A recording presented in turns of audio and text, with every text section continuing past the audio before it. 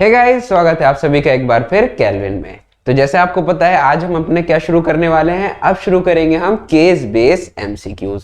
आपने normal MCQs किए, आपने एआरक्यूज किए यानी कि असर्शन रीजन एमसीक्यूज किए। आज करेंगे केस स्टडी के बेस पे एमसीक्यूज। पहले केस पढ़ेंगे, फिर उसके बाद उसका क्वेश्चन सॉल्व करेंगे। और हर बार की तरह इस बार भी मैं फिर रिपीट कर रहा हूं, जब आपके क्वेश्चन पेपर में एग्जाम में कोई भी केस स्टडी आती है तो पहले आपको क्वेश्चन पढ़ना है, ना कि सीधे केस स्टडी पढ़नी शुरू करनी है। इससे आपका दिमाग जो है सिर्फ और सिर्फ उसी चैप्टर में लगेगा जिससे वो क्वेश्चन पूछा गया है। अदरवाइज अगर आप केस पढ़ना शुरू करेंगे तो आपका दिमाग कई सारे चैप्टर्स में घूमता रहेगा, प्लानिंग में, ऑर्गेनाइजिंग में, मैनेजमेंट में, प्रिंसिपल्स में, मार्केटिंग में। तो ऐसा नहीं करना है, पहले आपको क्वेश्चन पढ़ना है। जैसे यहां तो हमें पता है कि भाई हमें बिजनेस एनवायरनमेंट की केस स्टडीज करनी है, तो हमारा पूरा का पूरा फोकस चैप्टर नंबर 3 के अंदर है, बिजनेस एनवायरनमेंट में। तो चलिए अब जल्दी से शुरू करेंगे, विदाउट एनी फर्दर डिले आ जाएंगे अपनी पहली क्वेश्चन पे। तो पहला क्वेश्चन क्या है हमारा, The name and taste of Coca-Cola is known to almost each and every individual in India as well as throughout the world. Coca Cola का जो ब्रांड है, नेम है, वो सबको पता है और उसका टेस्ट भी सबको पता है, इंडिया में भी और इवन पूरे वर्ल्ड में। This carbonated soft drink holds the most important market share in the soft drink market and go itself a special seat in each and every gathering. यानी कि आप किसी भी शादी में जाएं, किसी भी फंक्शन में जाएं तो आपको एक चीज साइड में लगी हुई मिल जाएगी, that is soft drink corner, जहां पे आपको कोल्ड ड्रिंक सर्व की जाती है। और मैक्सिमम कोल्ड ड्रिंक का मतलब हमारे लिए क्या होता है, कोक, पेप्सी और लाल वाली मेरिंडा जो होती है, मेरिंडा या फंटा। तो ये हमारे लिए एक हर गैदरिंग में एक अब गैदरिंग का ये पार्ट बन चुकी है। The Coca Cola company has on occasion introduced other Coca Cola drinks under the Coke name. The most common of these are Diet Coke along with others including caffeine-free Coca-Cola, Diet Coke, caffeine-free Coca-Cola Zero Sugar, Coca-Cola Cherry, Coca Vanilla, and the list goes on. It has emphasized on each and every opportunity. Her opportunity को वो देखते हुए उसके हिसाब से market में एक drink अपना उतारते हैं, to market itself effectively and place itself in the middle of the every gathering. जिस हिसाब की गैदरिंग है, जिस हिसाब का एनवायरनमेंट है, उस हिसाब को देखते हुए वो अपना प्रोडक्ट लॉन्च करते हैं। इसी वजह से वो हर गैदरिंग में मिलती है। आपको कोका कोला आपने देखा होगा कि भाई डाइट में भी आती है, आपने देखा होगा शुगर फ्री भी आती है, आपने देखा होगा डिफरेंट डिफरेंट फ्लेवर्स में भी आती है। वो जिस हिसाब का टेस्ट आप लेना चाहते हैं वैसे वो मार्केट में अवेलेबल हो जाता है। वो मार्केट रिसर्च करते हैं और देखते हैं कि भाई क्या चल रहा है। आजकल लोग हेल्थ कॉन्शियस हो गए हैं, बट लोगों को सॉफ्ट ड्रिंक भी पीनी है, तो उसके हिसाब से जीरो शुगर और डाइट को, कैफीन फ्री, ये सब हमने मार्केट में उतार दिया।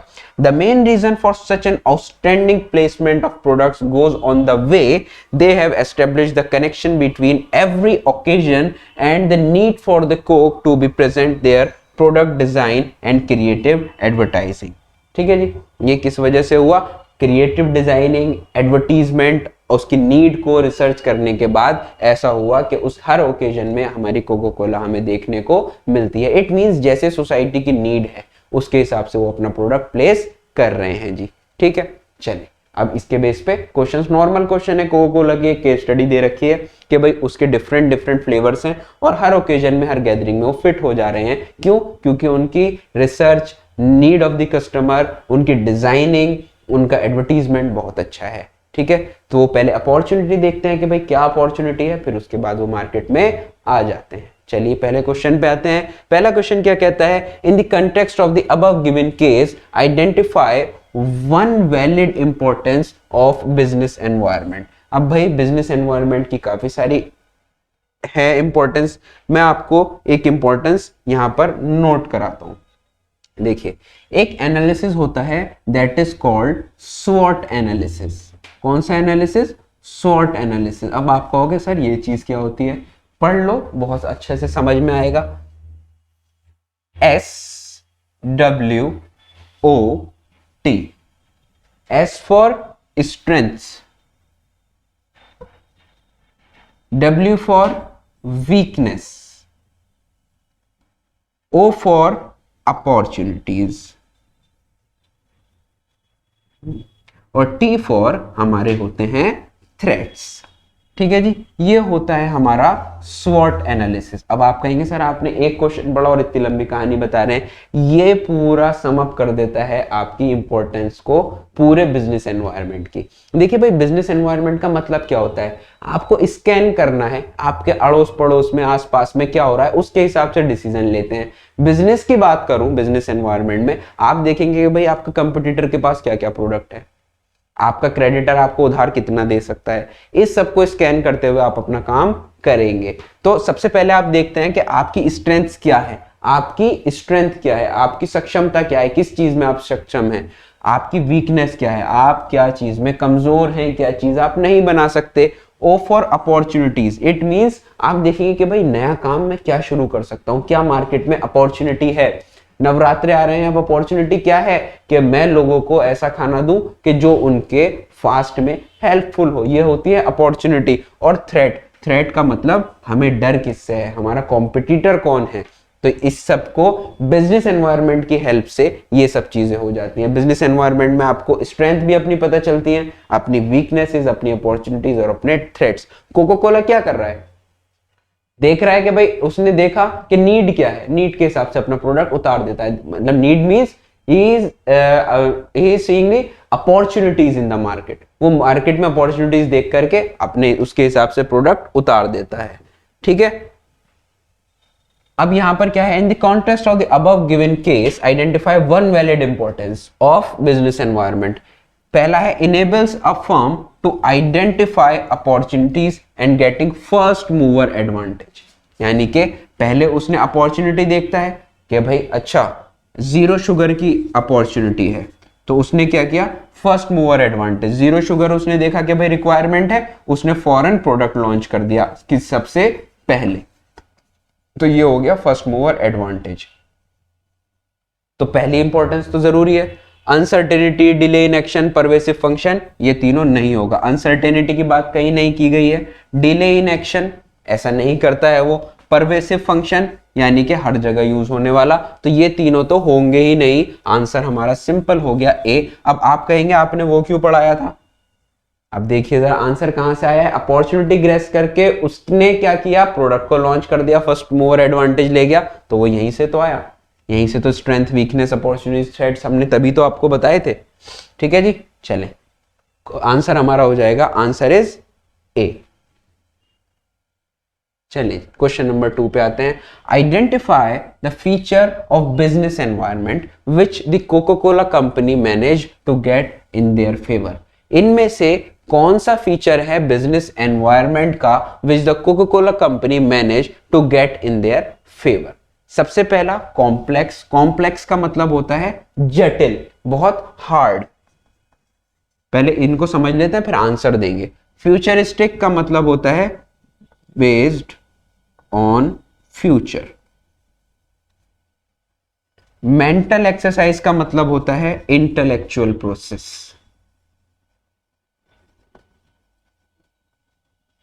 स्पेसिफिक एंड जनरल फोर्सेस, दो तरह की फोर्सेस होती हैं, एक होती हैं स्पेसिफिक और दूसरा होता है जनरल। स्पेसिफिक फोर्सेस वो होती हैं जो आपके बिजनेस को डायरेक्टली अफेक्ट करती हैं, और जनरल फोर्सेस वो होती हैं जो आपके बिजनेस को इनडायरेक्टली अफेक्ट करती हैं। ये होती हैं हमारी जनरल फोर्सेस। जैसे मेरे कस्टमर ने मुझसे सामान लेने से मना कर दिया, तो ये मेरे डायरेक्ट बिजनेस को अफेक्ट करेगा कि वो अब मुझसे सामान नहीं ले रहा। बट जनरल फोर्सेस क्या है, गवर्नमेंट का कोई एक ऐसा रूल आया जिसकी वजह से किसी बिजनेस पे इफेक्ट पड़ गया, किसी बिजनेस पे इफेक्ट पड़ा, बट मेरा उससे कोई रिलेशन नहीं है, बट मेरा ये वहां पर रिलेशन है इनडायरेक्टली। मैं कैसे करूंगा, वो जो बिजनेस बंद हुआ है उसको मैं कुछ माल अपना सप्लाई करता था। फॉर एग्जाम्पल हमारा काम है पॉलीबैग्स का, हम उसको पॉलीबैग सप्लाई करते थे, अब वो बिजनेस बंद हो गया तो कहीं ना कहीं मेरा भी नुकसान। तो ये होती है जनरल फोर्सेस जो इनडायरेक्टली आपको इफेक्ट करती हैं। ये डायरेक्ट फोर्सेस और इनडायरेक्ट फोर्सेस यानी कि स्पेसिफिक और जनरल फोर्सेस। चलिए क्वेश्चन अब पढ़ते हैं, अब आपको आंसर करने में आसानी होगी। Identify the feature of business environment which the Coca Cola company manage to get in their favour. कौन सा वो फीचर है बिजनेस एनवायरनमेंट का जो कोका कोला कंपनी यूज कर रही है। कॉम्प्लेक्स, ये वाला फीचर तो मेरे हिसाब से नहीं कर रही। फ्यूचरिस्टिक, फ्यूचर के ऊपर भी बेस्ड नहीं है। स्पेसिफिक एंड जनरल फोर्सेस, हाँ वो इस चीज को जरूर देख रही है कि उसके लिए क्या अच्छा है अभी के लिए और क्या नुकसानदेह है बात के लिए, वो इस चीज को देख रही है। मेंटल एक्सरसाइज, इंटेलेक्चुअल प्रोसेस, यानी कि दिमाग लगाने वाली बात। तो सिंपली इस क्वेश्चन में एलिमिनेशन मेथड से भी आ जाएगा, और अगर आप देखें तो क्वेश्चन में कहीं कॉम्प्लेक्सिटी की बात नहीं हुई, कहीं फ्यूचरिस्टिक की बात नहीं हुई, कहीं मेंटल एक्सरसाइज की बात नहीं हुई, बट बार बार क्वेश्चन में क्या कह रहा है, जैसी नीड है उसने उसके हिसाब से काम किया है, जो उसके लिए फेवरेबल है उसने उसके हिसाब से काम किया है। तो वो होते हैं specific and general forces. Specific forces वो होते हैं जो डायरेक्टली आपके एनवायरनमेंट को इफेक्ट करते हैं, और जनरल फोर्सेस वो होते हैं जो इनडायरेक्टली आपके एनवायरनमेंट को इफेक्ट करते हैं।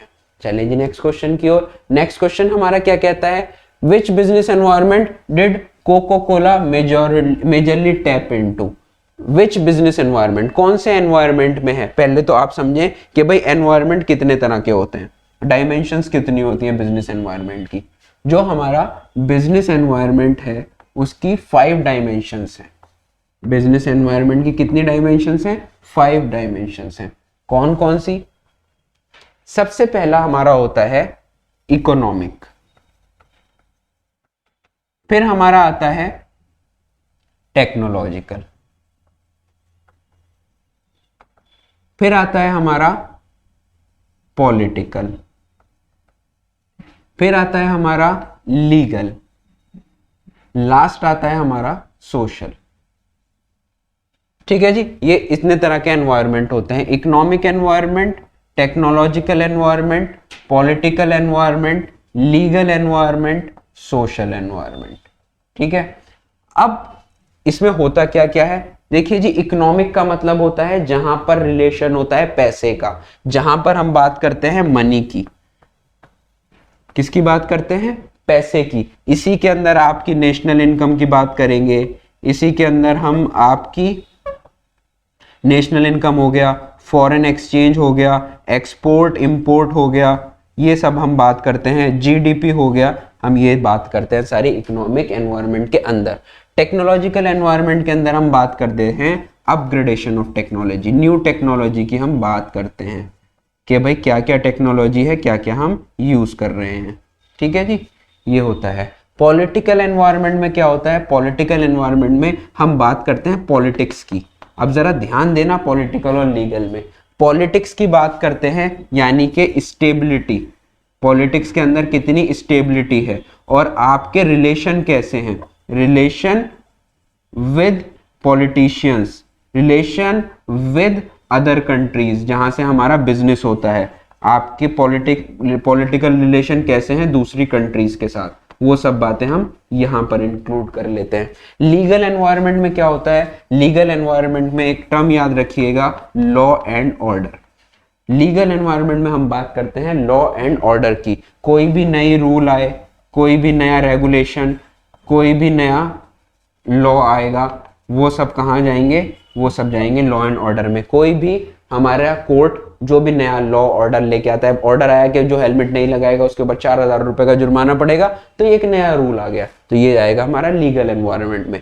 सोशल एनवायरनमेंट के अंदर हम बात करते हैं सोसाइटी की। किसकी, सोसाइटी की, कि भाई सोसाइटी में कस्टम कैसे हैं, सोसाइटी के अंदर कस्टम, रिलीजन, बिलीफ, वो लोग क्या चाहते हैं, उनकी लाइकिंग्स क्या क्या हैं, ये सब हम कहाँ डालते हैं, ये डालते हैं हम सोशल एनवायरनमेंट में। तो 5 तरह के ये एनवायरनमेंट है। हमने आपको कीवर्ड्स लिखवा दिए सारे के सारे। इकोनॉमिक के अंदर पैसे से रिलेटेड बात करते हैं, टेक्नोलॉजिकल एनवायरनमेंट में हम अपग्रेडेशन ऑफ टेक्नोलॉजी की बात करते हैं, पॉलिटिकल एनवायरनमेंट में पॉलिटिक्स की बात करते हैं, लीगल एनवायरनमेंट में law and order, rules regulations की बात करते हैं, सोशल एनवायरनमेंट में सोसाइटी की नीड्स की हम बात करते हैं। किसकी बात करते हैं, सोशल नीड्स की हम बात करते हैं कि लोग क्या चाहते हैं, किस तरह का प्रोडक्ट चाहते हैं, तो वो हम सोशल नीड्स में बात करते हैं। चलिए जी, इसको मिनिमाइज कर लेते हैं। अब बात करते हैं यहाँ पे, which business environment did Coca Cola majority tap into. इसमें से कौन से एनवायरनमेंट में कोको कोला मेजरली होगा, तो वो सारे एनवायरनमेंट में, एक बात पे ध्यान दीजिएगा, मेजरली, मेजरली किस में है, टेक्नोलॉजिकल एनवायरनमेंट। भाई देखो पूरे क्वेश्चन में टेक्नोलॉजी की उसने बात नहीं की है, तो यहाँ पर नहीं होगा। हो सकता है कि भाई वो इतने इतने प्रोडक्ट्स बना रहा है तो अच्छी टेक्नोलॉजी यूज करता है, बट केस में कहीं भी टेक्नोलॉजी की बात नहीं की है। सोशल एनवायरनमेंट, भाई देखिए केस में किन किन चीजों की बात की है, गैदरिंग्स की बात की है, ओकेजन्स की बात की है, ओकेजन की बात की है, नीड्स की बात की है कि भाई सोसाइटी की नीड्स क्या है, तो ये वाला हो सकता है सोशल एनवायरनमेंट। अभी फाइनल नहीं करते हैं, बाद में देख लेंगे। पॉलिटिकल एनवायरनमेंट, क्या कहीं भी पूरे उसमें पॉलिटिक्स की बात की गई है, पॉलिटिकल स्टेबिलिटी की बात की गई है, रिलेशन विद अदर कंट्रीज की बात की गई है? नहीं की गई है, तो पॉलिटिकल एनवायरनमेंट नहीं होगा हमारा, पॉलिटिकल एनवायरनमेंट नहीं होगा। इकोनॉमिक एनवायरनमेंट, कहीं भी ये बताया गया है कि उसका प्रॉफिट कितना है, उसने कितना पैसा कमाया, कितना कंट्रीब्यूट किया, ये भी नहीं बताया गया है। तो हमारा आंसर बेस्ट जो है वो बी है, क्योंकि उसने पूछा है मेजरली टैप इनटू, तो आंसर हमारा हो जाएगा social environment. Answer is B, that is social environment. चलिए भाई नेक्स्ट क्वेश्चन पे आते हैं। Which of the following is not a product of Coca Cola? इनमें से कौन सा कोका कोला का प्रोडक्ट नहीं है? अब इसके लिए तो आपको जल्दी से केस देखना पड़ेगा, तो फटाफट हम पीछे पहुंच जाते हैं। केस हमारा कहां गया, ये आ गया। इनमें से कौन सा फ्लेवर नहीं है, जल्दी से पढ़ लेता हूं मैं यहां पर, कहां गया। The most common these diet Coke along with others including caffeine free, diet Coke caffeine free, Coca Cola zero sugar, Coca Cola cherry, Coca Cola vanilla. चलिए जी देख लेते हैं उसमें से कौन सा नहीं है। डाइट कोक कैफीन फ्री था, कोका कोला जीरो शुगर था, कोका कोला एवोकाडो ये नहीं था वहां पर, कोका कोला चेरी ये भी था। तो आंसर हमारा सिंपली हो जाएगा आंसर इज सी। कोई दिमाग लगाने की जरूरत कि कौन सा कोका कोला का प्रोडक्ट नहीं है। अब ऐसा नहीं है कि आप अपने दिमाग लगा रहे हैं, जो केस स्टडी में दिए हुए हैं केवल और केवल उनमें देखना है, अपने पास से दिमाग नहीं लगाना कि कोका कोला चेरी तो आता ही नहीं है। अब उसने केस स्टडी में दिया है तो हमें लेना पड़ेगा। Answer is C, Coca Cola avocado. ठीक है जी, नेक्स्ट केस स्टडी आ गई है। नेक्स्ट केस स्टडी क्या कहती है? With rapid advancement in the field of replacing manual work with the machines. अब यहां पर कौन से एनवायरनमेंट की बात कर रहे हैं? यहां पर टेक्नोलॉजिकल एनवायरनमेंट की बात कर रहे हैं। Rapid advancement in the field of replacing manual work with machines. A robot named आविष्कार, एक रोबोट है जिसका नाम है आविष्कार, has been invented and developed and is likely to get the citizenship of the country of its origin। ओहो, एक जगह पर एक रोबोट बनाया गया जिसका नाम था आविष्कार। तो वो उसने क्या किया, मैनुअल वर्क को रिप्लेस करके अब वो रोबोट काम करेगा, और कंट्री में बात चल रही है किसकी, कि उसको सिटीजनशिप भी दे दी जाए। अच्छा जी, ये तो बड़ा मामला हो जाएगा। Of its origin, it has led to a stage where machines are being used in place of human beings। अब इससे क्या होगा कि भाई मशीन्स यूज होंगी किसकी जगह पर, ह्यूमन बींग्स की जगह पर। आविष्कार is doing all types of work whether routine or hazardous and even answering the queries of the people। अब वो मशीन इतनी सक्षम है जो आविष्कार नाम का रोबोट है कि वो नॉर्मल काम करता है हमारी आपकी तरह, और हजार्डस वर्क भी कर लेता है, जो जोखिम भरे काम होते हैं वो भी वो काम कर लेता है, और इवन जो लोगों की क्वेरीज हैं उसको भी आंसर कर रहा है। इट मींस परफेक्ट रिप्लेसमेंट है आदमी का। ठीक है, however this issue has to be carefully looked into keeping in mind the consumer attitude towards product innovation, problem of unemployment. अब देखो यहां पर अनएम्प्लॉयमेंट की बात कर दी, and its impact on the quality of life. अब उससे क्या होगा, जब लोगों का काम वो करने लगेगा तो लोग क्या करेंगे। अब यहां पर ये सीरियस मैटर आ गया कि भाई अनएम्प्लॉयमेंट की बात आ जाएगी। दो the orders and decisions of various commissions and agencies at centre, state और local level of the Indian government is playing a very significant role in balancing the use of human and machine power. अब ये बात ऊपर तक पहुंची। अब जो agencies है, सेंट्रल गवर्नमेंट है, स्टेट गवर्नमेंट है, लोकल गवर्नमेंट है, वो बड़ी ध्यान दे रही है इसके ऊपर। लोकल बॉडीज, सेंट्रल बॉडीज ध्यान दे रही है कि भाई एक बैलेंस बना रहे, ह्यूमन और मशीन। ऐसा ना हो बिल्कुल ही रिप्लेस कर दे मशीन या ह्यूमन को, या ह्यूमन इतना ज्यादा चला जाए कि मशीन का यूज ना करे। बैलेंस होना चाहिए, आप मशीन से भी काम करें, ह्यूमन से भी काम कराएं। अगर ह्यूमन सक्षम नहीं होगा तो मशीन अल्टीमेटली नहीं बनेगी। तो आपकी फिजिकल कैपिटल तो सबसे पहले अच्छी होनी चाहिए, तभी आपकी जो एक्स्ट्रा कैपिटल है वो बनेगी। फिजिकल कैपिटल जब तक ह्यूमन कैपिटल की वजह से आपकी फिजिकल कैपिटल बनती है। चलिए जी, इसके ऊपर क्वेश्चन पढ़ते हैं। नॉर्मल क्वेश्चन है, कोई ऐसा खास नहीं है। With rapid advancement in the field of replacing manual work with machine, a robot named Avishkar has been invented and developed and is likely to get the citizenship of the country of its origin. Which of the following is an example of business environment depicted here? अब यहाँ पर किसकी बात कर रहा है कि भाई एडवांसमेंट है और वो रिप्लेस कर देगा आदमी को, तो इसमें किस चीज की बात की गई है? डीमेटेरियलाइजेशन ऑफ मैन पावर।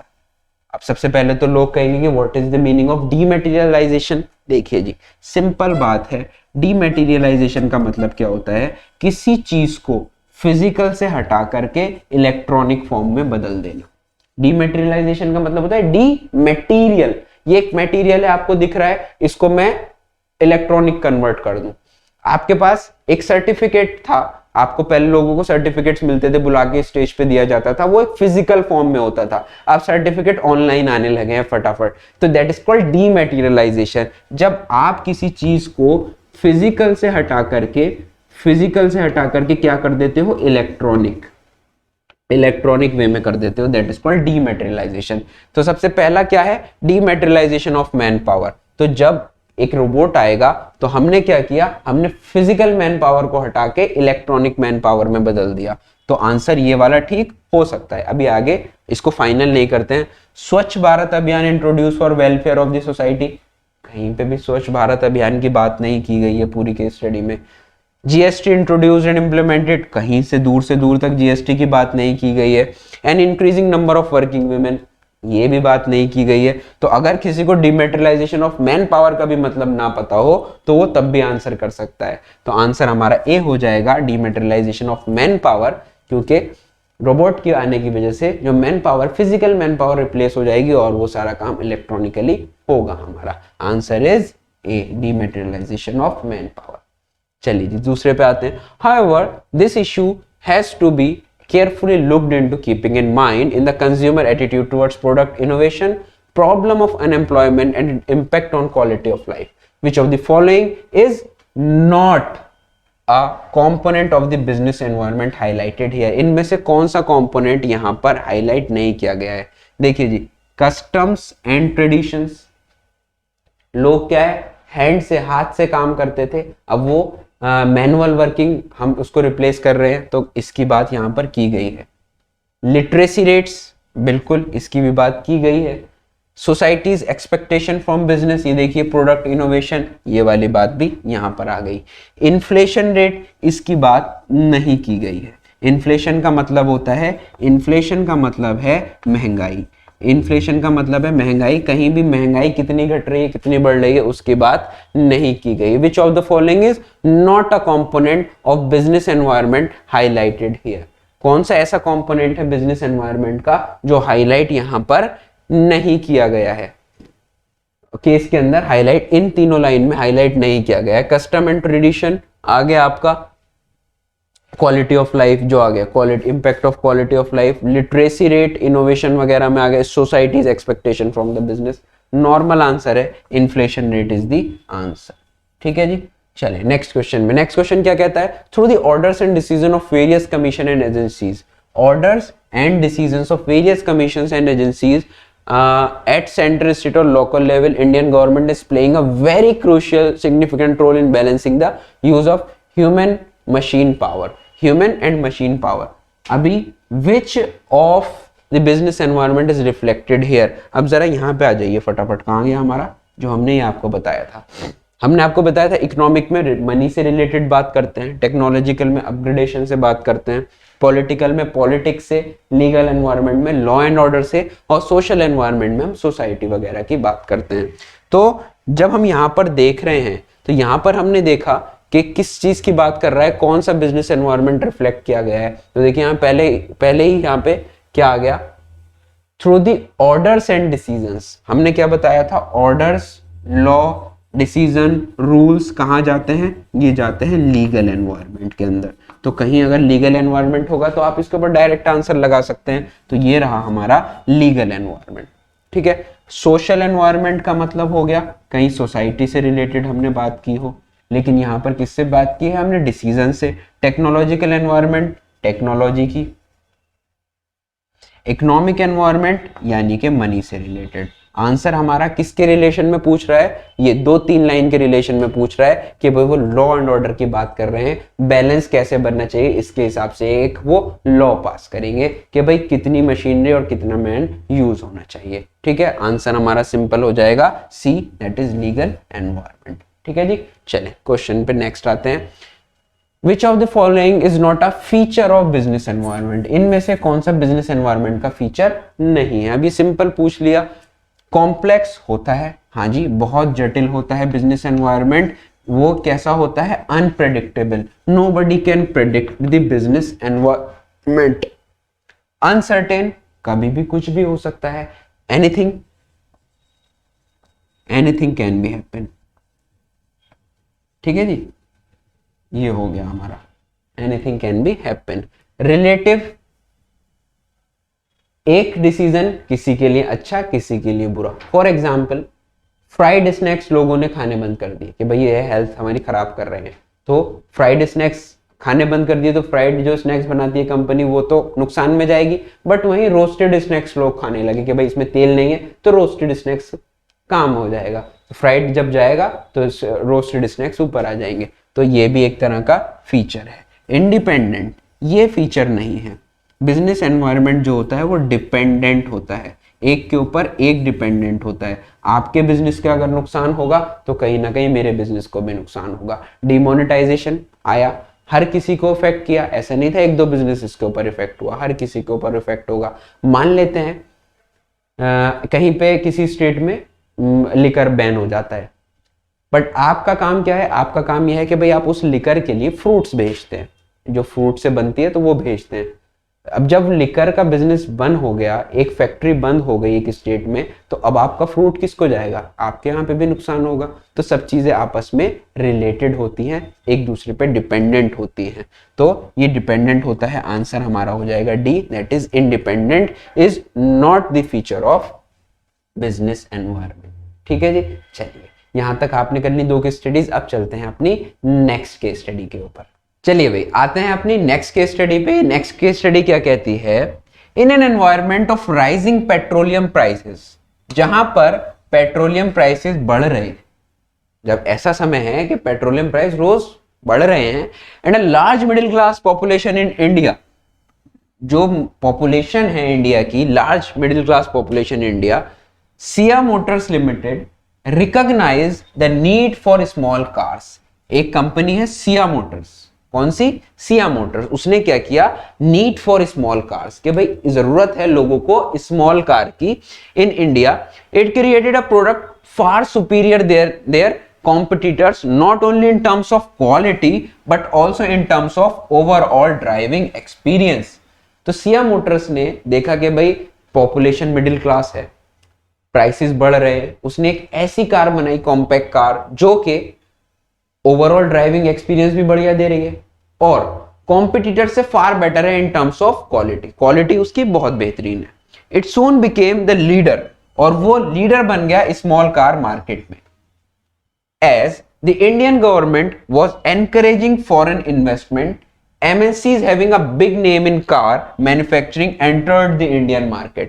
अब क्या हुआ, इंडियन गवर्नमेंट ने लोगों को जब छूट देनी शुरू करी because of the LPG, liberalisation, privatisation, globalisation, which comes under the new economic policy 1991, तो जिसकी वजह से बहुत अच्छे अच्छे ब्रांड नेम, बड़े बड़े ब्रांड नेम इंडिया आए, किस लिए, फॉरेनर्स जो थे, foreign companies India I car manufacturing के लिए। सिया मोटर्स फर्दर एक्सपेंडेड, यहां पे किया नहीं, यहां पे सिया है, Siya Motors further expanded it's service network and quality, creating an entry barrier for the competitors. But Siya Motors अब भी लगी हुई है, उसने क्वालिटी इतनी जबरदस्त कर दी, अपनी सर्विस नेटवर्क इतना अच्छा कर दिया कि अब भी वो अपने कॉम्पिटिटर्स के लिए बैरियर बनकर खड़ी हुई है। लोगों ने उसके ऊपर इतना ट्रस्ट दिखाया है, लोग उसको इतना पसंद कर रहे हैं कि कॉम्पिटिटर्स को मार्केट के अंदर एंटर नहीं करने दे रहा, because of the quality and overall driving experience of the product. It depicted its strength through various brand building activities. As a result, the market share of Kia Motors is refusing to go down in spite of all major automakers as its competitors. और उसने इतनी अच्छे से अपना brand name create कर लिया है जिसकी वजह से वो उसका ग्राफ, उसका प्रॉफिट ग्राफ ऊपर ही ऊपर जा रहा है, सेल्स उसकी ऊपर ही ऊपर जा रही है इन स्पाइट ऑफ बहुत बड़े बड़े कॉम्पिटिटर्स के होने के साथ साथ भी, बहुत कॉम्पिटिटर्स होने के बाद भी वो ग्रो कर रही है कंपनी, उसको कोई नुकसान नहीं हो रहा, उसके ऊपर कोई फर्क नहीं पड़ रहा। और देखिए ये किस वजह से हो रहा है, ये उसकी क्वालिटी की वजह से हो रहा है। उसने समझा लोगों की नीड क्या है, सबसे पहले उसको वो लीडर बन गया, फर्स्ट मूवर एडवांटेज उसने लिया है। ठीक, चले अब पढ़ते हैं एक क्वेश्चन इसके बेस पे। In an environment of rising petroleum prices and a large middle class population in India, which business environment is referred here. अब देखिए भाई बात किस बात पे करी है, बात उसने करी है हमारी पॉपुलेशन की। बात किस बात की करी है, उसने बात करी है पॉपुलेशन, मिडिल क्लास पॉपुलेशन। तो हमें पता है ये कौन सा एनवायरमेंट होता है जिसके अंदर हम पॉपुलेशन की बात करते हैं, उसके कल्चर की बात करते हैं, उसके फैमिली साइज की बात करते हैं, उसके रिचुअल्स की बात करते हैं। तो यहाँ पे कौन सी बात होती है, यहाँ पे ये रिलेटेड है हमारी सोसाइटी से, सोसाइटी से और सोशल, यानी कि सोशल। और उस जो पेट्रोल के प्राइसेस बढ़ रहे हैं, राइजिंग पेट्रोल प्राइसेस जो हो रहे हैं, तो वो किस पे असर डाल रहा है, वो हमारी पॉपुलेशन की जेब पे असर डाल रहा है। Because of the increment in price we are not affording the petrol जितना हमें चाहिए, हम उतना अफोर्ड नहीं कर पा रहे, हम उतना उसको यूज नहीं कर पा रहे। पहले सस्ता मिलता था, आज बहुत महंगा है, तो हम उसका यूज कम कर रहे हैं। तो उसी के देखते हुए उसने अपनी एक कार उतारी है। तो पॉलिटिकल एनवायरनमेंट कब होता, जब हम बात करते हैं यहाँ पर पॉलिटिक्स की, वो अभी कोई बात नहीं की है। इकोनॉमिक एनवायरनमेंट कब होता, जब हम बात करते किसी से मनी से रिलेटेड जब हम बात करते। सोशल एनवायरनमेंट कब होता है, जब हम अपनी सोसाइटी से रिलेटेड बात करते हैं। लीगल एनवायरनमेंट कब होता है, जब हम अपने लॉ एंड ऑर्डर से रिलेटेड बात करते हैं। तो सिंपल पॉपुलेशन वगैरह की बात करिए, लार्ज मिडिल क्लास पॉपुलेशन की बात करिए इंडिया के रेस्पेक्ट में, तो ये कौन सा हो जाएगा, ये हमारा हो जाएगा सोशल एनवायरनमेंट। यहाँ पे पेट्रोलियम प्राइस से अगर जीडीपी वगैरह की बात करता तो वो इकोनॉमिक एनवायरनमेंट भी हो जाता। ठीक है जी, चलिए जी आंसर हमारा सिंपल हो जाएगा, that is C, social environment. ठीक, चलिए नेक्स्ट क्वेश्चन पे आते हैं। नॉर्मल क्वेश्चन है, बिजनेस एनवायरनमेंट में कोई ऐसी हार्ड एंड फास्ट नहीं है। Kia Motors Limited recognized the need for small cars in India. It created a product far superior than their competitors, not only in terms of quality but also in terms of overall driving experience. अब देखिए उसने सबसे पहले देखा कि भाई लोगों की नीड क्या है। अच्छा, लोगों की नीड क्या है, स्मॉल कार्स जो कि वो अफोर्ड भी कर सके, जिसकी क्वालिटी भी अच्छी हो, इनको ड्राइविंग एक्सपीरियंस भी उनको चलाने के बाद अच्छा मिले। It created which importance of business environment is highlighted here. कौन सी इंपॉर्टेंट बिजनेस एनवायरनमेंट की हाईलाइट की गई है, भाई हमने आपको बताया था एक चीज होती है दैट इज स्वॉट एनालिसिस, और इसी के बेस पे आप इंपॉर्टेंस अपने आप देख लोगे। स्वॉट एनालिसिस में हमने क्या कहा था, सबसे पहला S for strengths, W for weakness, O for opportunities, क्या क्या अपॉर्चुनिटीज हैं, और हमारा लास्ट आता है T for that is threats, यानी कि क्या क्या। अब ये क्या होता है, स्ट्रेंथ मतलब आपके अंदर आपकी स्ट्रेंथ क्या क्या है, आप कैसे अपने काम को, कारोबार को आगे बढ़ा सकते हैं, क्या क्या आपके पास प्लस पॉइंट्स हैं जो दूसरों के पास नहीं है। वीकनेस, आपकी खामियां क्या हैं, आपके अंदर कमियां क्या क्या हैं, आप उनको दूर करो। अपॉर्चुनिटीज, आप अपने एनवायरनमेंट में क्या अपॉर्चुनिटीज देख रहे हो। भाई ये पेन है, पेन अब ये ऑड हो गया, अब लोग चाह रहे हैं कि इस पेन का जो है वो मोबाइल पे काम कर सके, तो इसके ऊपर कुछ ऐसी डिवाइस लगाओ जो ये मोबाइल की स्टिक बन जाए। तो ये अपॉर्चुनिटीज हैं, आपके आसपास क्या क्या अपॉर्चुनिटीज हैं जो आप ग्रैस्प कर सकते हो और उससे फायदा उठा सकते हो। थ्रेट्स, किन लोगों से आपको डर है, कौन आपके कॉम्पिटिटर्स हैं, कौन सी पॉलिसीज ऐसी आ सकती हैं जो आपका पट्टा बैठा सकती हैं, आपके काम को पीछे कर सकती है। ये होता है शॉर्ट एनालिसिस। तो अपॉर्चुनिटीज देखना, आपने देखी अच्छा ये अपॉर्चुनिटी है, दैट इज कॉल्ड, इसी को बोलते हैं कि आप अपनी ले जाओ फर्स्ट मूवर एडवांटेज। जब तक कोई काम ना आए, जब तक कोई किसी ने नहीं देखी वाली अपॉर्चुनिटी, आप देखो और फटाफट जाकर के स्किम द क्रीम, उसकी जो है सॉरी उसकी जो क्रीम है मार्केट की उसको पूरा खा जाओ, स्किमिंग द क्रीम इसको बोलते हैं। ठीक है, तो ये हमारी हो जाएगी। सिया मोटर्स ने अब इसमें कौन सी इंपॉर्टेंस बताई गई है कि भाई उसने जो नीड है, नीड लेकर वो आए हैं, नीड के बेस पे वो अपना काम कर रहे हैं। पहले उन्होंने देखा नीड स्मॉल कार की है तो उन्होंने वो चीज कार उतार दी। तो उसमें कोपिंग विद रैपिड चेंजेस की बात नहीं हुई है, ये वाली इंपॉर्टेंस यहाँ फॉलो नहीं हो रही। Identification of opportunities to get first mover advantage, अब उसने अपॉर्चुनिटी देखी, किस चीज की नीड थी, स्मॉल कार की, ये उसके लिए अपॉर्चुनिटी बन गई और फिर उसने स्मॉल कार्स को लॉन्च कर दिया। ठीक है, तो identification of opportunity to get first mover advantage will be the answer.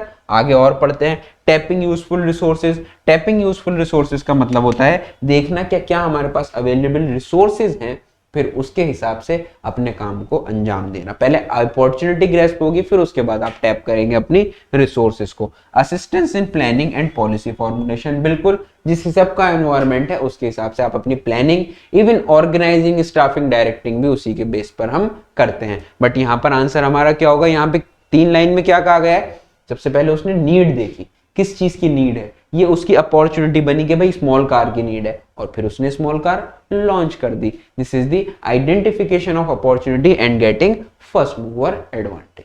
ठीक है, चलते हैं जी अपने नेक्स्ट क्वेश्चन पे। नेक्स्ट क्वेश्चन हमारा क्या कहता है, as a result the market share of Siya Motors is refusing to go down. अब उसका जो सिया मोटर्स का मार्केट शेयर है वो बढ़ता ही जा रहा है, मतलब उसका जो प्रॉफिट ग्राफ है, जो कह सकते हो आप सेल्स ग्राफ है, वो ऊपर ही ऊपर जा रहा है। In spite of all major automobiles as its competitors, which importance of business environment is highlighted here। तो लगातार क्यों ऐसा हो रहा है, किस वजह से, कौन से इंपॉर्टेंस की वजह से, भाई वो क्या कर रहा है, वो मार्केट को स्कैन कर रहा है। सिया मोटर्स जो है मार्केट को स्कैन कर रहा है लगातार कि भाई अब लोग किस चीज की डिमांड कर रहे हैं, अब हमारे प्रोडक्ट में क्या चीज की हम ऐसा काम करें जिसकी वजह से उन लोगों को हम अट्रैक्ट कर सके, अपने कस्टमर्स को रिटेन तो कर ही गए, अपने नए कस्टमर्स को भी अपनी तरफ खींच ले। तो इससे क्या होगा, अगर आप थोड़ा थोड़ा मॉडिफिकेशन आप देखते रहेंगे, अपने प्रोडक्ट में देते रहेंगे, तो आप उससे अपना जो प्रोडक्ट है वो लंबे समय तक मार्केट में टिका रहेगा। नहीं, आप देखते होंगे फोन निकलता है, उसके थोड़े दिन बाद उसके अंदर एक और एड ऑन हो जाता है। तो ऐसे ही सिया मोटर्स वाले भी कर रहे हैं कि भाई कॉम्पिटिटर के आने की वजह से अपनी क्वालिटी को उन्होंने इतना जबरदस्त रखा हुआ है, क्वालिटी से कोई कॉम्प्रोमाइज नहीं कर रहे हैं, क्वालिटी हमेशा ऊपर ही करते रह रहे हैं वो, जिसकी वजह से लोग उनकी तरफ अट्रैक्ट हो रहे हैं, कस्टमर्स रिटेन भी है उनके और न्यू कस्टमर्स भी अट्रैक्ट हो रहे हैं। तो इंप्रूवमेंट इन परफॉर्मेंस, हाँ जी देखो ये क्वालिटी की बात हमने कर दी, क्वालिटी तो वो हमेशा मेंटेन कर रहे हैं। Assistance in planning and policy formulation, ये वाली चीज यहाँ पर फॉलो नहीं होगी। कोपिंग विद रैपिड चेंजेस, ये वाली चीज भी फॉलो नहीं होगी। टैपिंग यूजफुल रिसोर्सेज, ये भी फॉलो नहीं होगा। तो यहां पर उसने क्या पूछा, वो किस वजह से सबसे ऊपर है, because of the quality, because of the improvement in performance, लगातार वो अपने परफॉर्मेंस को बेहतर कर रहे हैं और अपनी क्वालिटी से नीचे नहीं आ रहे। तो आंसर हमारा सिंपल हो जाएगा, इंप्रूवमेंट इन परफॉर्मेंस, आंसर हो गया। ठीक, चलिए अब एक नई केस स्टडी आ गई। नेक्स्ट केस स्टडी क्या कहती है, Nexa networks and technologies limited is a leader in technology innovation in the United states. एक कंपनी है नेक्सा, जो कि कहां की कंपनी है, यूनाइटेड स्टेट्स की, लीडर है टेक्नोलॉजिकल चीजें बनाने में, टेक्नोलॉजिकल इनोवेशंस में, creating products and solutions for connecting the world. It has a large research and development team which invented the first smartwatch named as F1। उन्होंने पहली smart watch launch करी है। अब देखिए इन्होंने भी क्या किया है, इन्होंने पहले नीड देखी होगी कि भाई नीड किस चीज की है, भाई स्मार्ट वॉच की नीड है यहाँ पर, और उन्होंने फिर उस चीज को लॉन्च कर दिया। वही वाली बात आ गई, उन्होंने पहले अपॉर्चुनिटी को देखा, पहले ये अपॉर्चुनिटी को देखा और उसको फर्स्ट मूवर एडवांटेज वो ले गए, उसके अंदर उनको मिली फर्स्ट मूवर एडवांटेज। ठीक है जी, चलिए F1 के नाम से उन्होंने एक अपनी स्मार्ट वॉच उतारी। The watch beside showing the time also monitors few health parameters like heartbeat, blood pressure वगैरह। जो स्मार्ट वॉच हम पहनते हैं वो उस चीज के लीडर हैं। वो टाइम दिखाने के साथ साथ ब्लड प्रेशर, हार्ट मॉनिटरिंग भी ये सब करती है। Which while in search of markets abroad, the company found that India, the reform process was underway with the aim of accelerating the pace of economic growth. The company decided to take advantage of simplified export procedure and removal of quantitative as well as tariff restrictions in India. अब उसने देखा कि भाई एक India growing market है। Growing market क्यों? Growing market हमारी इस वजह से है कि भाई बहुत सारी चीजें, बहुत सारी गवर्नमेंट ने हमारी छूट दे रखी है कि लोग यहाँ पर आए और आसानी के साथ एक्सपोर्ट इंपोर्ट का काम शुरू करें, अपनी प्रोडक्ट्स यहाँ पर लेके आए, हमारे प्रोडक्ट्स हमसे खरीदें, हमसे खरीद के लेकर जाएं, यहाँ पर आके इंडस्ट्रीज लगाएं, हमारा रॉ मटेरियल यूज करें, हमें टैक्स वगैरह दें और उनके ऊपर जो रेस्ट्रिक्शंस है उसको थोड़ा कम कर दिया। इसलिए लोग इंडिया की तरफ अट्रैक्ट हो रहे हैं। It set up its office in Delhi. उन्होंने अपना क्या किया, दिल्ली में सेटअप किया office with a view to capture the Indian market. In short span of time, the company emerged as a market leader. Company जो है वो मार्केट लीडर के रूप में उभरी क्योंकि वो F1 सबसे पहली कंपनी थी जिसने F1 नाम की स्मार्ट वॉच बनाई थी। Success of the company attracted many other players. अब जब कंपनी को बढ़ते हुए देखा तो और सारे लोग भी मार्केट के अंदर आने लगे कि भाई हम भी बनाएंगे। To enter the market, competition resulted in reduction in prices. अब जब बहुत सारे लोग आ गए तो क्या हुआ फायदा, हमें ये फायदा हुआ कि प्राइसेस उस चीज के नीचे की तरफ जाने लगे because of the heavy competition, thereby benefiting the customers. Ultimate उसमें फायदा किसका हुआ? अल्टीमेट उसमें फायदा हुआ कस्टमर का। सिंपल केस स्टडी है। केस स्टडी कहती है कि भाई एक कंपनी थी, किसका नाम था? नेक्सा नेटवर्क्स, यूएस की कंपनी थी। उसका सबसे बड़ा काम ये था कि उसने सबसे पहला जो इनोवेशन लेके आया वो F1 वॉच उसने लॉन्च किया, जो सिर्फ टाइम दिखाती नहीं थी, उसके साथ साथ हार्ट मॉनिटर, ब्लड प्रेशरिंग, ये सब काम भी करती थी। उसने इंडिया को देखा कि भाई ये ग्रोइंग मार्केट है, उसने आके अपनी कंपनी लगाई दिल्ली के अंदर। उसका काम जो था बहुत फैल गया, उसकी सक्सेस बढ़ गई, जिसकी वजह से लोगों ने देखा अच्छा इंडिया बढ़िया मार्केट है, चलो इंडिया में हम भी लगाते हैं। तो उसके कॉम्पिटिटर्स आ गए। अब क्या हुआ, कॉम्पिटिटर के आने से एक बात हुई कि जो प्राइस थे चीज के वो नीचे की तरफ आ गए। अल्टीमेटली फायदा उसमें किसका हो गया? कस्टमर का फायदा हुआ। उनको अच्छी वॉचेस, अच्छी स्मार्ट वॉचेस कम पैसों पे मिलने लगी। सिंपल है बात। चलते हैं इसके क्वेश्चन पे। The watch beside showing the time also monitors few health parameters like heartbeat, blood pressure, etc. Which business environment is reflected here? अब देखिए यहाँ पे क्या हुआ, बिकॉज ऑफ द टेक्नोलॉजी आपको वो केवल समय नहीं दिखाता, टाइम के साथ साथ डिफरेंट चीजें भी वो करता है कि भाई वो हार्ट मॉनिटरिंग कर रहा है, आपके स्टेप्स को कैलकुलेट कर रहा है, आपके बीपी को भी मेजर कर रहा है, ये सब चीजें कर रहा है। This is because of the technology. जो टेक्नोलॉजी होती है वो कहाँ जाती है? टेक्नोलॉजिकल एनवायरनमेंट में। टेक्नोलॉजिकल इंप्रूवमेंट जितना होता है वो टेक्नोलॉजिकल एनवायरनमेंट में जाता है। जितना भी आप कह सकते हैं टेक्नोलॉजिकल अपग्रेडेशन, जितना अपग्रेडेशन होता है वो सब चला जाता है हमारा टेक्नोलॉजिकल एनवायरनमेंट के अंदर। ठीक। सोशल एनवायरनमेंट का मतलब होता है जब हम बात करते हैं सोसाइटी की, कि भाई वहां का कल्चर, वहां की पॉपुलेशन, उनका फैमिली साइज, रिचुअल्स, हैबिट्स, वो सब हमारी सोशल एनवायरनमेंट में जाती है। टेक्नोलॉजिकल एनवायरनमेंट में हमने बता दिया टेक्नोलॉजी से रिलेटेड बात आती है। लीगल एनवायरनमेंट के अंदर हमारा law and order, rules and regulations. Economic environment के अंदर जैसे कि हमने बात कर दी नेशनल इनकम की, जैसे कि बात कर दी हमने जीडीपी की, ये सब चीज़ें हमारी सेविंग्स की अगर हम बात करें या फिर हम बात करें फॉरेन एक्सचेंज की, वो सब यहाँ आ जाएगी। तो सिंपल बात क्या हुई है, उसने टाइम के साथ साथ डिफरेंट चीजें दिखा रहा है। ये किस वजह से पॉसिबल हो पाया? This is possible because of the technology. तो आंसर हमारा सिंपली हो जाएगा टेक्नोलॉजिकल एनवायरनमेंट। ठीक है जी, answer is B, that is technological environment. चलिए जी नेक्स्ट क्वेश्चन पे आते हैं। नेक्स्ट क्वेश्चन क्या कहता है? It's set up his office in Delhi with a view to capture the Indian market. ठीक है। In a short span of time the company emerges a market leader. वो मार्केट लीडर के रूप में उभरा। Which significance of environment scanning is referred here. कौन सा significance market का रेफर किया गया है? हमने आपको शुरुआत में बताया कंपनी ने देखा कि भाई नीड क्या है, नीड है आपकी स्मार्ट वॉच की। स्मार्ट वॉच उसने जो थी वो भैया लॉन्च करी, ये लॉन्च करी और इसी के साथ साथ उसने देखा भी मेरा प्रोडक्ट जो है इंडिया में जा सकता है, क्योंकि nobody is selling the smart watch in India. तो उसने क्या किया, उसने सबसे पहले इंडिया को एज अ अपॉर्चुनिटी देखा उसने, क्योंकि एक ग्रोइंग मार्केट थी, तो यहां पर उसको अपॉर्चुनिटी मिली। अपॉर्चुनिटी मिलते ही उसने अपना प्रोडक्ट लॉन्च कर दिया। जब उसने अपना प्रोडक्ट यहां पर लॉन्च किया तो उसको क्या मिला, उसको मिला first mover advantage. First mover advantage यानी कि सबसे पहले आए और सारी मार्केट की क्रीम थी वो खा गए। जितने प्राइस में वो बेचेगा अब तो भैया सब लेंगे, क्योंकि नई चीज है, वो कोई कॉम्पिटिटर यहाँ पे नहीं है। अब मैं रोज ये वाली टी शर्ट पहनता था, एक बंदा बड़ी अच्छी सी टी शर्ट लेकर आया जो जिसको धोने की जरूरत नहीं है, जो वाटर प्रूफ है, सब कुछ है, तो मैं उससे खरीदूंगा। अब उसका कॉम्पिटिटर जब आएगा 6 महीने बाद, तो उससे कम दाम में उससे अच्छा प्रोडक्ट जब भी तो मुझे पता चलेगा। जब मैंने कुछ देखा ही नहीं, मैंने यही प्रोडक्ट देखा है, तो मेरे लिए तो सबसे बेस्ट यही है। अब कॉम्पिटिटर ही नहीं है तो वो अपने हिसाब से फर्स्ट मूवर एडवांटेज ले जाएगा। तो यहाँ पे कौन सा इंपॉर्टेंस हाईलाइट किया गया है, कोपिंग विद रैपिड चेंजेस, ये वाला हाईलाइट नहीं हुआ है कि भाई ये मदद करता है बिजनेस एनवायरनमेंट चेंजेस से निकलने में, बट यहाँ पे चेंज की बात नहीं है, यहाँ पे तो फर्स्ट मूवर एडवांटेज की बात है। Identification of opportunities to get first mover advantage, answer हमारा सामने ही दिख गया, that is B.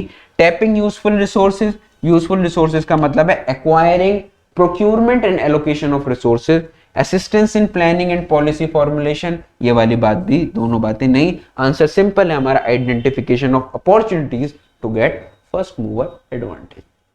Answer is B. चले नेक्स्ट क्वेश्चन पे आते हैं। नेक्स्ट क्वेश्चन क्या कहता है हमारा, success of the company attracted many other players to enter the market. देखिए भाई, जब उसका प्रॉफिट बढ़ने लगा, जब वो ग्रो करने लगी कंपनी, जब वो ग्रो करने लगी, उसकी ग्रोथ बढ़ने लगी, तो और भी उसके कॉम्पिटिटर्स कहां आ गए, उसके कॉम्पिटिटर्स आ गए मार्केट के अंदर। अब इससे क्या हुआ, competition resulted in reduction in prices. Price जो थे कॉम्पिटिटर, जब कंपटीशन बढ़ा तो प्राइसेस हमारे कम हो गए, जिसकी वजह से फायदा अल्टीमेट किसका हुआ, कंज्यूमर का हो गया, thereby benefiting the customers. देखो यही बात कह रहा है कि भाई प्राइसेस जब थे वो नीचे आ गए तो कस्टमर का फायदा हो गया। Which impact of change in government policy on business and industry is depicted here. देखिए भाई, गवर्नमेंट ने क्या चेंज किया था, गवर्नमेंट ने हमारी इतना चेंज किया था कि भाई आइए, फॉरेनर्स को, फॉरेन कंपनीज को बुलाया कि भाई आप आइए यहाँ पर, हम आपको ईज ऑफ डूइंग बिजनेस देंगे। ईज ऑफ डूइंग बिजनेस का मतलब हम आपको काम करने में आसानी प्रोवाइड करेंगे। हम आपको काम करने में आसानी कैसे प्रोवाइड करेंगे, आपके ऊपर ज्यादा टैरिफ टैक्स नहीं लगाएंगे, आप यहाँ पर आइए, हमारी चीजें यूज कीजिए, हमें टैक्स दीजिए, बट इतना ज्यादा हम आपके ऊपर टैरिफ नहीं लगाएंगे, आपको छूट है, आप आइए और इंडस्ट्री लगा के काम कीजिए। तो इससे क्या फायदा हुआ हमारे इंडिया, हमारे इस चेंज के पॉलिसी के हमारे ऊपर क्या फायदा हुआ, increasing competition, more demanding customers, market orientation, need for developing human resource. अब भाई जब गवर्नमेंट ने आसानी कर दी काम करने में, तो ज्यादा से ज्यादा लोग यहाँ पर आए बनाने के लिए, तो हमारा क्या हुआ, हमारा कंपटीशन इंक्रीज हो गया, जिसकी वजह से प्राइस हमारे कम हो गए। तो आंसर हमारा पहला ही हो जाएगा, increasing competition. More demanding customers का मतलब होता है जब ज्यादा लोग आ जाते हैं तो ज्यादा चीजें बनाते हैं, तो लोगों को चीजों के बारे में पता चलता रहता है, तो इससे लोग ज्यादा डिमांड करते हैं नए नए प्रोडक्ट्स की।